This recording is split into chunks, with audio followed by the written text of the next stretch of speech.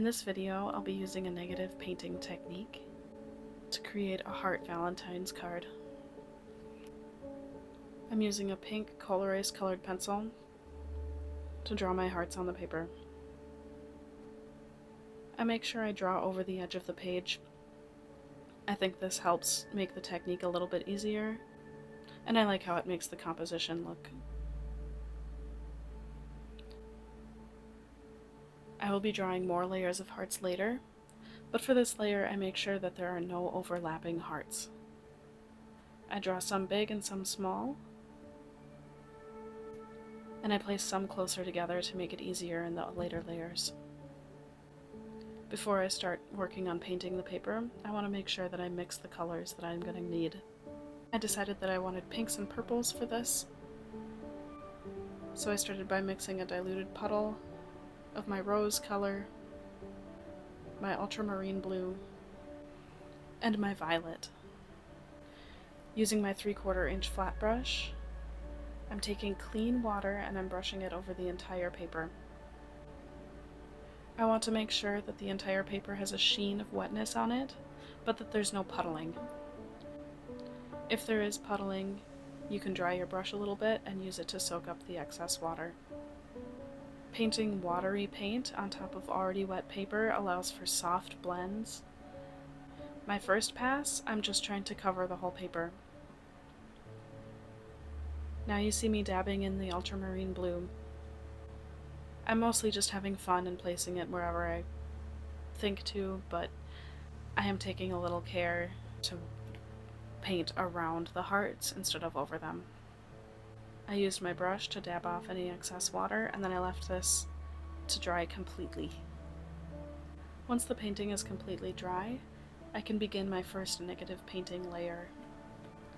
Before I begin, I mix a new puddle of paint, and I make sure to mix more than I think I'll need to cover the paper.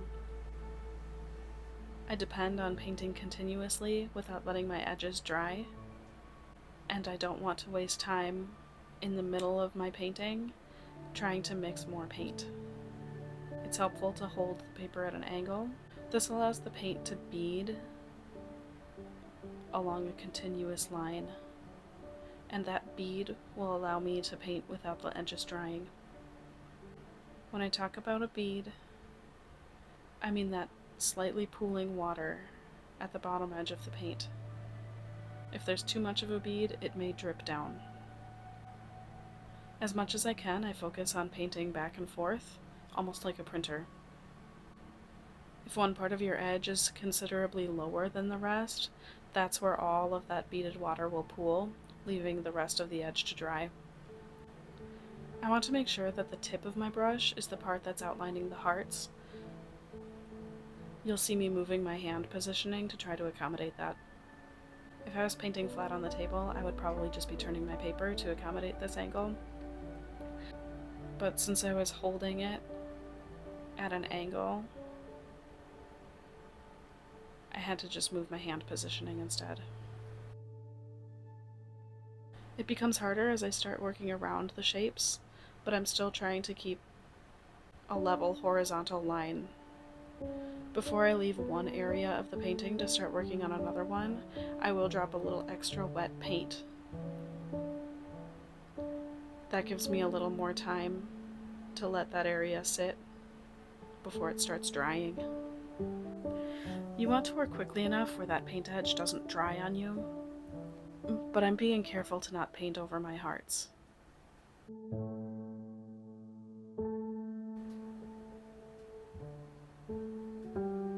This initial layer took me about 15 minutes. Once I'm finished painting around the hearts, I can leave this painting to dry completely.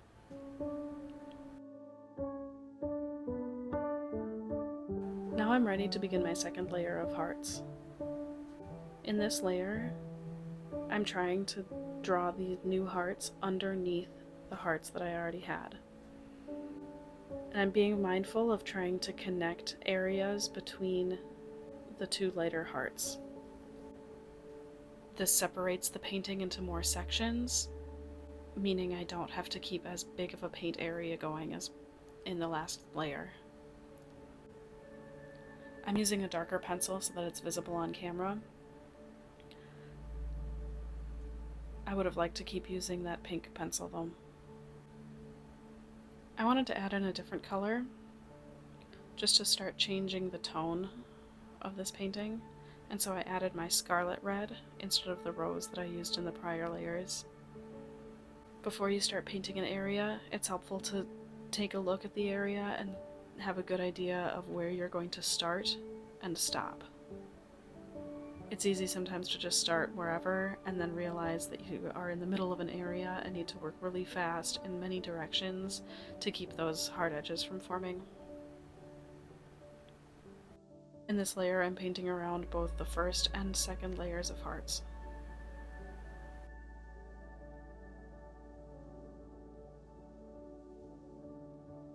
Once I get closer to the top of the painting,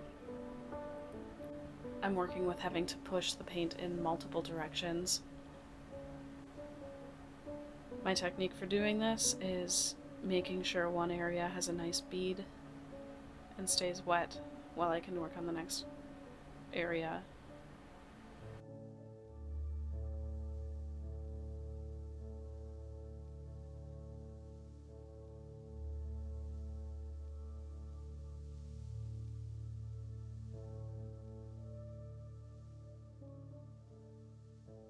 Once that layer is complete, I'm going to let it dry and we're going to go in with one final layer.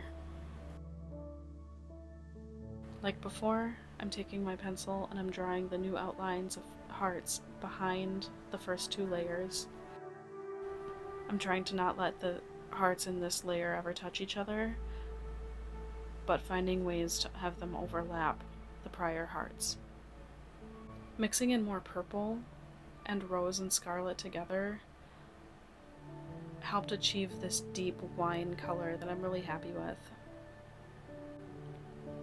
On that first section, there is a little puddle left behind of paint, and I didn't want that puddle to stay on there, and so I wiped off my brush on my palette, and then off camera I wiped it on a towel and used the dried off brush to soak up extra paint.